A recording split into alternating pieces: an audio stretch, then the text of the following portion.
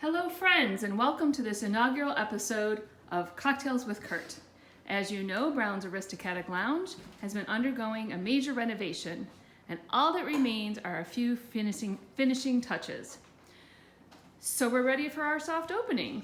Unfortunately, we are not in a position to invite you over right now, so we thought we would offer this set of instructional videos. Today we're starting with the Martini. Kurt, what are the components of a Martini? The basic dry martini is London dry gin and dry vermouth.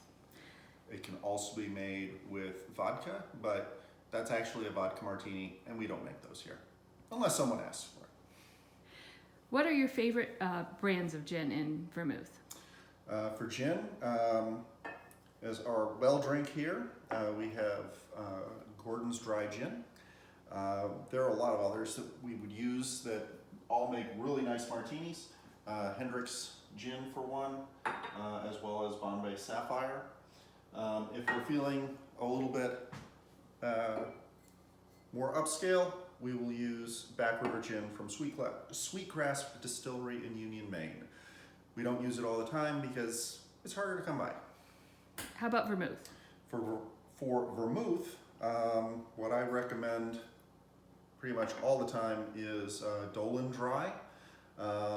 Noilly Pratt makes a decent vermouth. It's not my favorite, but I would certainly make a martini with it.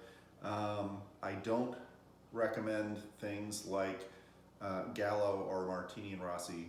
I just don't like them. Some people do, I don't. If I'm going to use the Sweetgrass gin, I'm also going to use Sweetgrass's dry vermouth. And what about proportions? So for proportions, I'm going to put these away because I'm not going to make a martini with these today. For proportions, the traditional proportion from when the martini was introduced in the early 1900s was 1-to-1 gin to vermouth.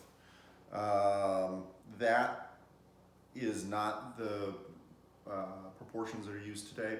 Today the proportions are more anywhere from 1-to-4 to like 1-to-25, so basically a teaspoon.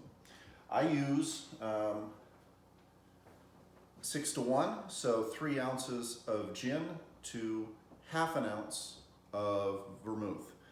And today I'm going to be making it with making 2, so it's going to be 6 ounces and 1 ounce. This is a 1 ounce to 2 ounce jigger, so 2,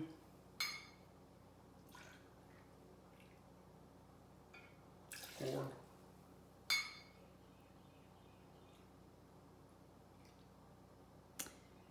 and 6, and you start to ask. With respect to the vermouth, I've heard rumors of a Churchill martini and an interesting approach on vermouth with respect to that. Can you tell us about that? Churchill allegedly liked his martini so dry that when he added vermouth, he said, "Vermouth." Left the cap on. He didn't put any in. Okay, so let's talk about method. Okay, so there are basically 2 methods of mixing a cocktail. You can either shake it or stir it. Shaking and stirring, there we go, basically accomplish 3 of the same things. This is 1 ounce of vermouth, by the way. So ½ ounce per cocktail. ½ ounce per cocktail. Shaking and stirring both do 3 of the same things.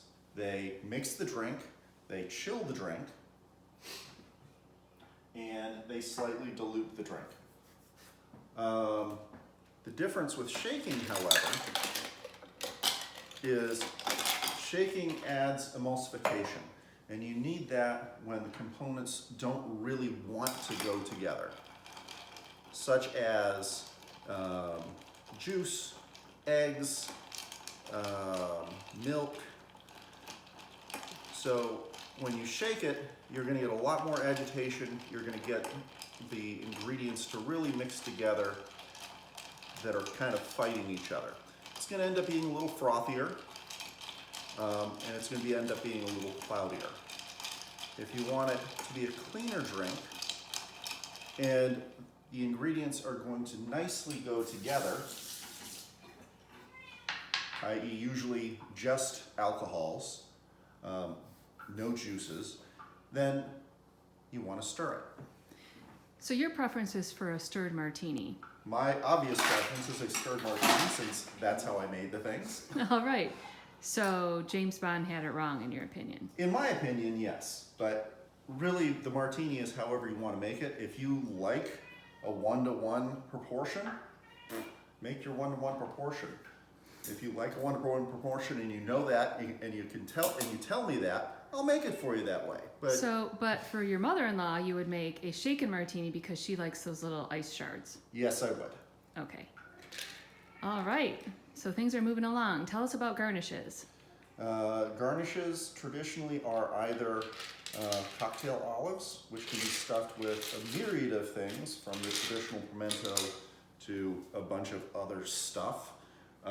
It could also be a lemon peel, which is what Denise likes.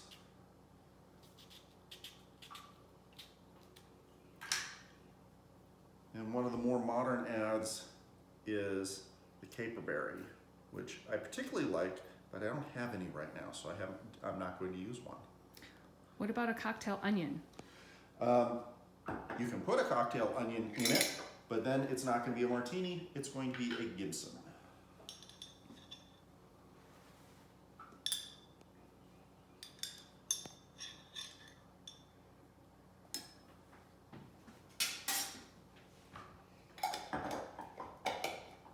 And that